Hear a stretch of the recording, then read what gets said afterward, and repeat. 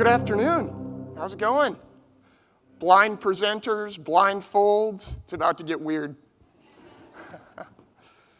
I'm a sensory guy, and I gotta tell you, you all smell awesome.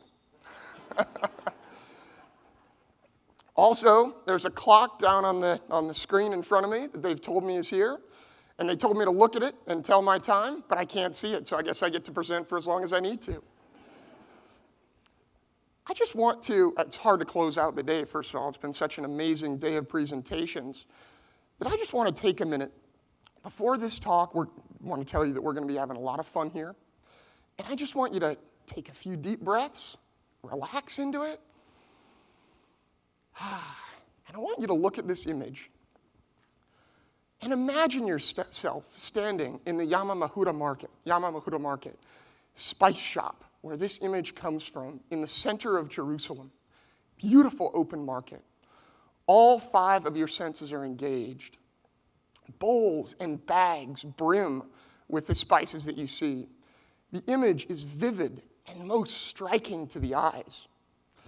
I actually took this picture. What additional sensory input are you receiving? What's going through your mind? All 5 senses bring you this sensory experience that is brand new, unfamiliar, and unforgettable.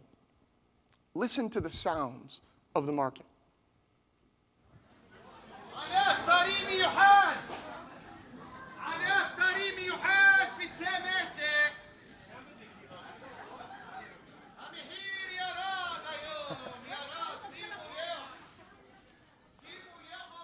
I got to stand in this spice shop in 2016, and let me tell you, all of my senses were overloaded, and I only have 4 of them to use. Every sensory input, from the cobblestones beneath my feet, polished smooth from thousands of years of human use, to the unmistakable smells of roasted cumin, cardamom, and star anise, to the vendor shouting orders as he fills them like you just heard, bring around a sensory experience that is truly unique and unforgettable. I think that sometimes being in places like this, when we're least expecting it, is when we come up with ideas that'll change our thinking forever. On this day, standing in the spice shop, is where the term sensory design and the concept of sensory design first dawned on me. What is sensory design? I feel like it's how all of our senses work together to tell us a story about every aspect of sensory perception, sensory experiences in life, and products that we experience.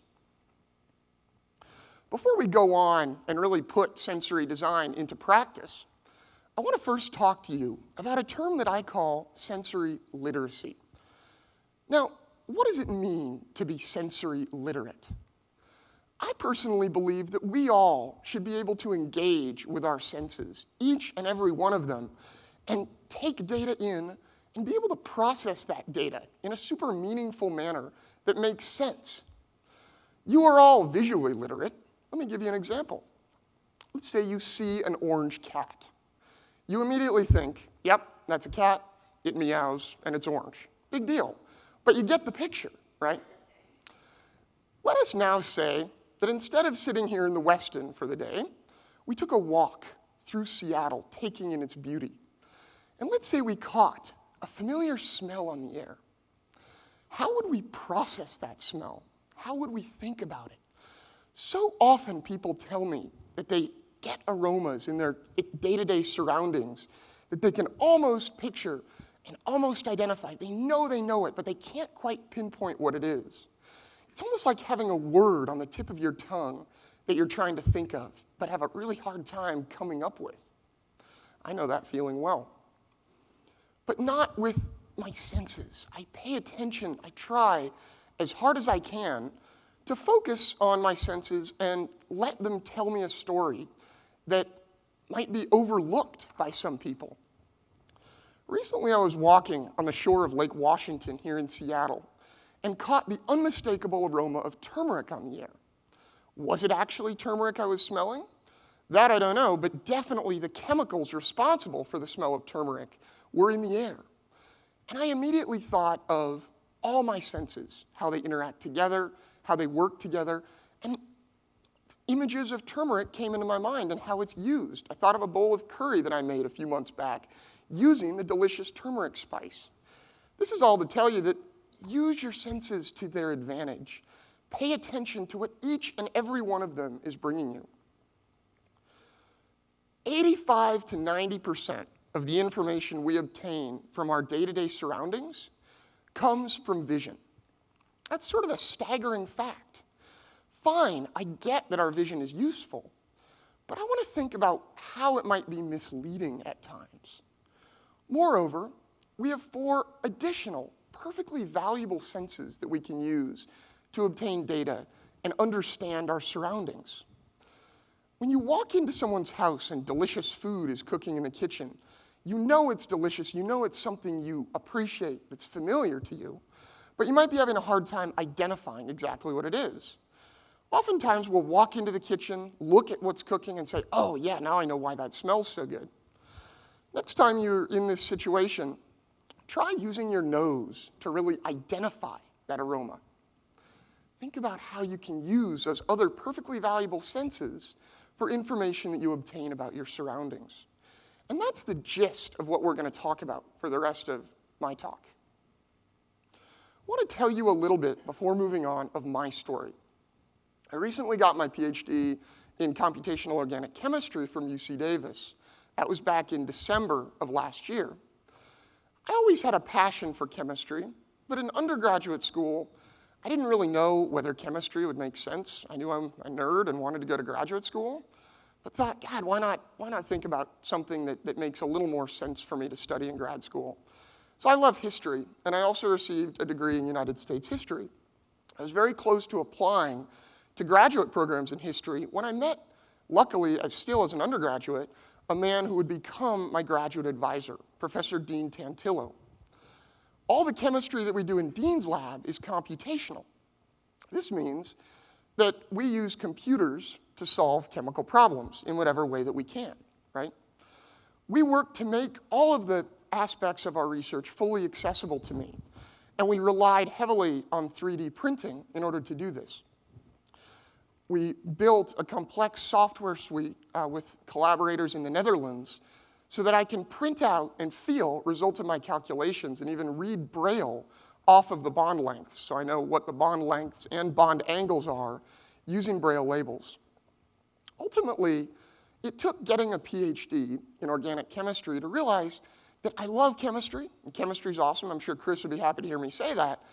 But ultimately, I wanted to use art more in my career. I have a passion for art and science and their intersection. I also love people, and I love teaching and explaining things. This intersection between art and science is a very interesting thing, and I think there's a fine, fine line there. The work that I'm doing right now allows me to straddle that intersection. I got into this industry through wine, and wine, along with my newfound passion for coffee, I think are perfect marriages between science and art. What do I mean here? I think we can all use what I like to do in my work is I like to use creative ways to describe scientific phenomena that I understand. So I use science to understand flavor and aroma and texture. And then I use art to really explain these phenomena and find creative ways to really accentuate what we're talking about and provide visual descriptors for non-visual phenomena that might be overlooked. We've had a lot of fun doing this throughout my limited time in the sensory world, and I'm so excited for much more of it. Ultimately, I feel like science gives us tools in our toolbox to use, and art is how we use those tools. Let's talk about sensory design for a minute and what it means, what we think about. What do you think of when you hear the word sensory? I always thought, or for a long time, I thought it related to just the food and drink sphere and how we use sensory science to describe flavor and aroma and texture and tell a story of food and drink through this term sensory. I've since come to realize that the term sensory spans so far beyond the food and drink world. We live sensory. We breathe sensory. Everything from the way my voice sounds on the microphone that you hear to the way the chair feels beneath you. That's all sensory. Sensory is life. It is our surroundings, and how we present those surroundings is all about our sensory understanding, and we can work together to bring people stronger sensory experiences that they won't forget about. Let's now consider two different ways of drinking coffee. What I'm showing here is first an image of a to-go cup, just a simple, humble to-go cup with a plastic lid and a small drinking hole.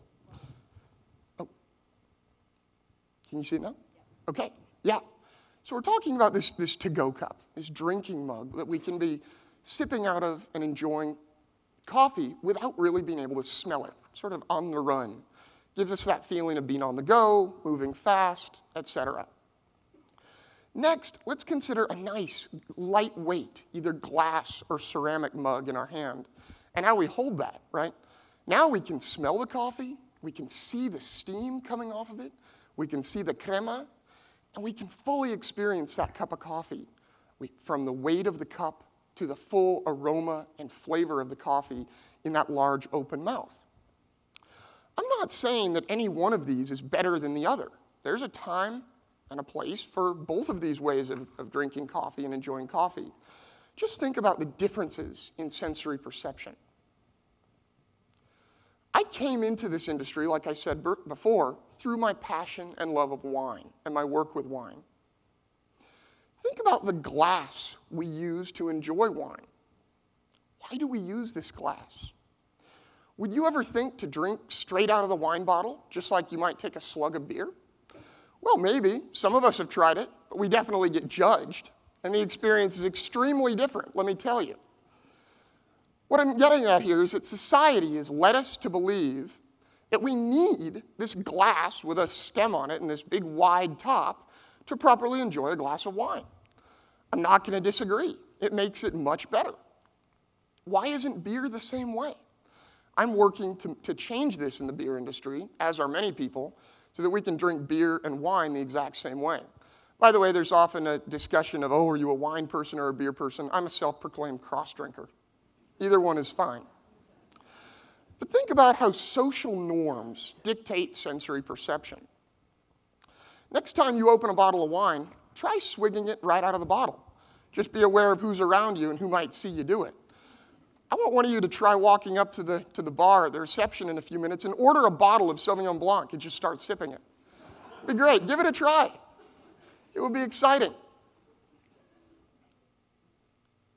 Got the car up here? Okay.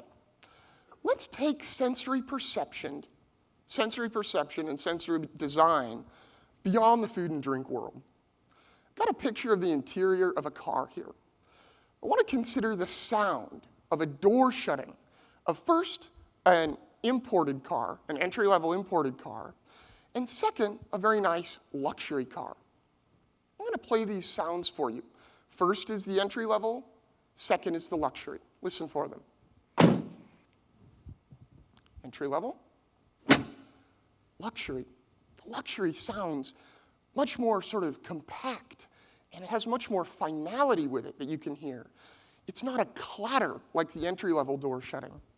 So clearly, auto manufacturers put this detail when a car is a little bit more expensive and more luxury into the way the door sounds when it shuts. It doesn't stop there. The seats have a different level of comfort. Ergonomics have been considered. And I'm doing some work in this industry to try to enhance the sensory design and the sensory appeal of items way outside the food and drink industry. I want to play these sounds for you again. Entry level, luxury, very different. I understand that you're all C-levels in the coffee industry, so next time you get into your BMWs, pay attention to that sound of the door shutting and all the little details that are around you. I just want to have you riff with me a little bit, all about sensory design and sort of how we think about it. Let's think about the hotel where we're staying here. When you walk into the lobby, you immediately get a clean smell, a bit perfumey, but overall very clean and nice and very approachable, to be honest. It's that really nice appeal to it. Sensory design is when the designers have put so much effort into what they do from a sensory perspective that the consumer, like us, doesn't really have to think about it. Not that this is a bad thing, it's just something I noticed. The soap that we use, that we receive in our hotel rooms here at the Westin, has a very nice shape to it. But the slots in the shelf for the soap in the shower are thick enough, wide enough that the soap slides right through. Just an interesting thing to pay attention to, where if they were designed differently, we wouldn't even have to think about that. So it's just kind of a fun thing to think about all these sensory designs and sensory inputs all around us. Let's take a minute to think about sensory marketing, one of my favorite topics. Historically, companies put a huge lion's share of their budget, of their marketing budgets, towards graphic design, right? We buy a product because we like the way it looks. It appeals to us. Yeah, this is what we want. But the process of deciding whether we like that product happens once we bring it home, once we bring it to our house and use it. The feel, the look, the way it smells, the way it appears to us, we make a decision subconsciously whether we want to use the product or not. And I contend that a great deal of that decision is non-visual. It's much deeper than that. So when we design packages of coffee, for instance, that would be something that we would think about. How does it feel? Does it reseal well? All these things have to do with our sensory perception and sensory design. Think about a shampoo bottle. Most shampoo tubes in hotel rooms are very slippery, right? They slide right out of your hand. Why is this? They don't have a very good grip on them. I've never understood this, but with just a little bit of effort, we could make these things very much easier to use and to appreciate. Knives are another thing I've recently gotten very into. I've realized that for not much money, we can take a knife handle and make it very sturdy, much sturdier than a lot of the knives on the market. And I like using a knife that has a sturdy handle, so when I'm cutting with it, I don't feel like I'm about to cut myself, right? I don't want that handle to slip out of my hand. And we can provide that nice either illusion or actuality of sturdiness for very little money. This is sensory marketing and trying to enhance that experience so that when we bring the product home, we can use sensory input to design the product in a way that works best for us. Comfort is another area where sensory design comes into play hugely. I'm sure we all know about airplane traveling, those of us who travel a lot, and how uncomfortable sitting in an economy airplane seat can be. Basic padding all around us, very cramped quarters. We're imminently aware of our sensory surroundings.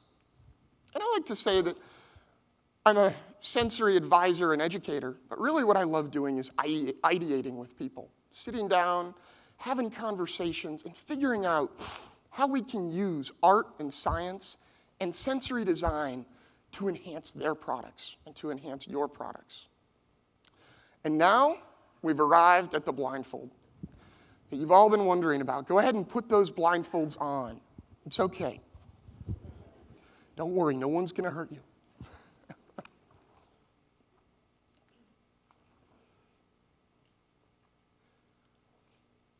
We good to go? Now that the blindfolds are on, I want you to think about the room that you're in. How does it feel? How does the room smell to you? What do you smell? It's kind of a nice, sort of fresh smell, a little bit coastal. I can smell people in the room. How does the chair feel you're sitting on? I want you to pay attention to it. Lean back in your chair far enough that your back actually touches the bar on top of the padded area.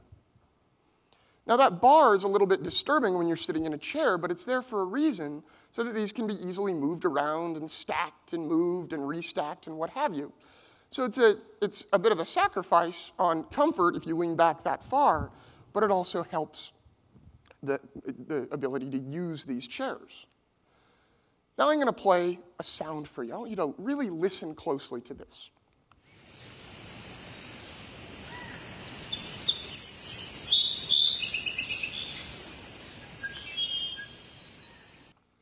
That's the sound of an Amazon rainforest, which I absolutely love. It's always been a really dear sound to me. So I wanted to play it for you so you could hear and sort of engage with it. I've led hundreds of tastings in the dark around wine, and you'd be really surprised how many, even seasoned wine professionals, like to confuse white wine with red wine. We use our vision so much. Another way that we use our vision is when we're experiencing beer. A study was done a few years back at UC Davis, which I wasn't a part of, where two very light beers, I think they used Coors Light, were served to people. However, one was adulterated with an amber food coloring to make it appear very dark, right? Well, the dark beer was described as extremely dark, malty, hoppy, bitter. And the light beer was described as a boring light beer. Our eyes play tricks on us, right? We believe them so much. And that's why the title of my talk is Eyesight, Help or Hindrance. How helpful are your eyes, really? Our ears can do the same thing. Professor Charles Spence in the clinical psychology department at Oxford University, who does a lot of work around all aspects of sensory experience, did a study where he studied the crunchiness, the relative solidity of potato chips. Solidity versus sogginess, crunchiness versus softness. And the way that he did this is he had people put on noise-canceling headphones. All participants wore these headphones, and then a small microphone was placed on their jaw, okay? The mic on the jaw was broadcasted then, the feedback from that mic was broadcasted through back into the participants' ears. Participants rated chips all across the board, from being extremely soggy and soft to being extremely crunchy and somewhere in between. It turns out that Charles Spence didn't actually change the potato chip at all. He gave people exactly the same chip, right? The only difference was the volume at which the sound was being played through that microphone, through the headphones. Amazing. I just want to think about how all of our senses affect our overall sensory experience. What we have here to taste under blindfold are two oils, two delicious olive oils, donated very generously to us by Lucero Olive Oil. Lucero Olive Oil is run by the Crane family up in Corning, California. And their olives, they have been growing olives since 1947 in that area of California, but they just started milling olives into oil in 2009. And I assure you, they're some of the best oils I've ever had. So I'd like you to go ahead and feel your cups. I should have told you that these were in front of you. Go ahead and find them. This is a challenge. You all get to be me for an hour or a minute. What I want you to do is find the cup that has tape on the lid. Find the cup that has tape right on the lid. And we're not going to open it yet. Leave the top on there and just swirl it in your hand and hold it from the bottom so you can kind of warm the oil in the cup. I hear you. You're all doing the right thing. Now, once you feel like your oil's warm enough, I want you to breathe some air in through your nose, not opening the cup yet, and exhale through your mouth. Just relax. And lift that lid off. Stick your nose deep into the cup and tell me what you smell. Shout it out. Participate with me. Well, olive oil, yeah, that's true. It is olive oil. I smell flowers, kind of a floral note. Yeah, Play-Doh, exactly. A little bit of stone fruit. Celery. Yeah, fresh cut green grass. Let's go ahead and taste it.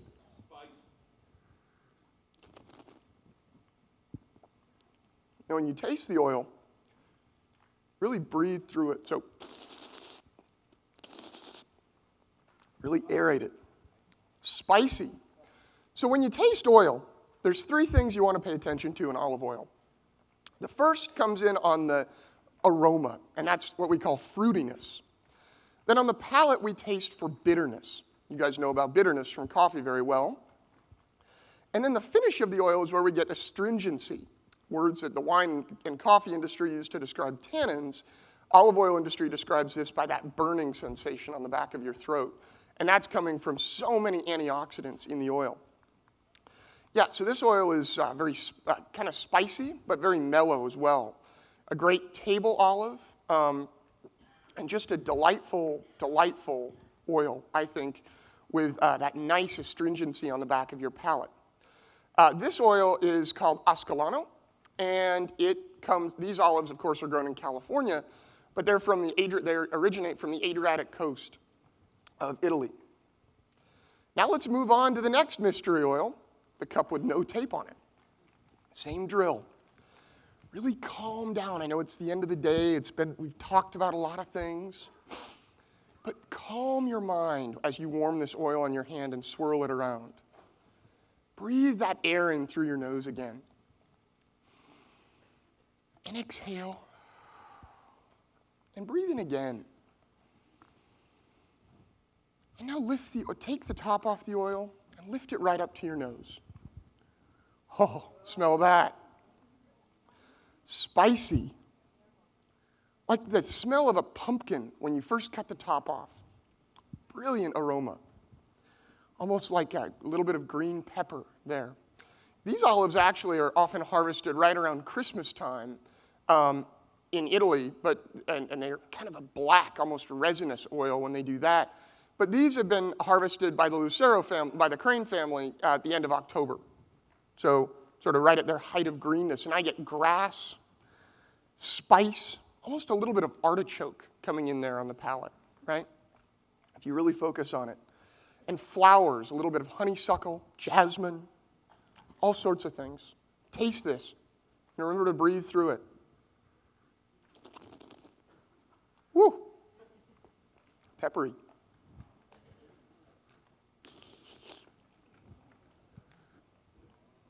These oils are so good for us. And as you can tell, this one is loaded, absolutely loaded with compounds that develop that astringency.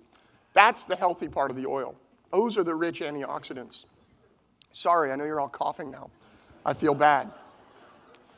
Now, 2 rules with these blindfolds. You get to take them off, and you actually get to keep them. But beyond this point, I do not want to know how you use them. Go ahead and take them off.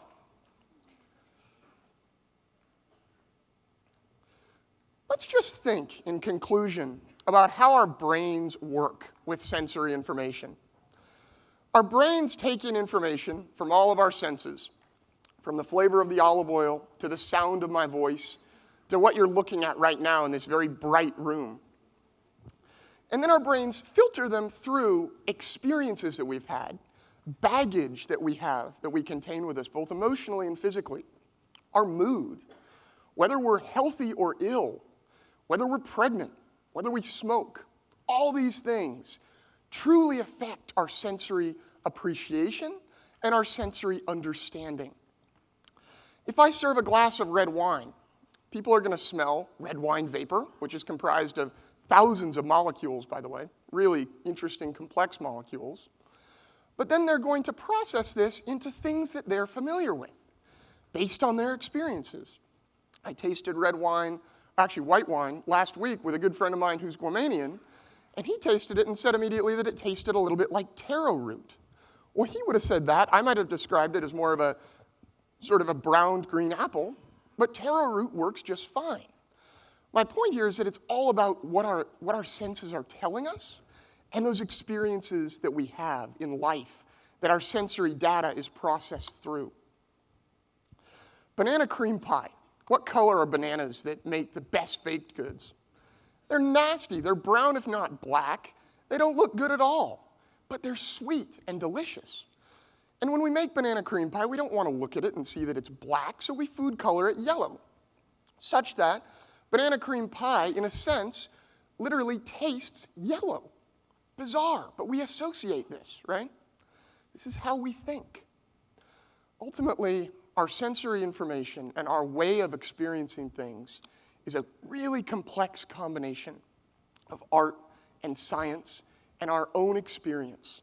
And I've been really getting into this and helping people think about and understand those experiences. I'm now working on a new chapter of my sensory journey in my sensory career. I'm just going to shamelessly tell you that I am totally blind, and it's hard to know when you are around. So I would like to talk to each and every one of you about what you do and think about how we can collaborate and innovate based on sensory design or really anything you would like to discuss. In closing, we should all trust our senses and the information they have to offer us, but I'd recommend not trusting them so much that they trick you. Thank you all very much. It's been an absolute pleasure.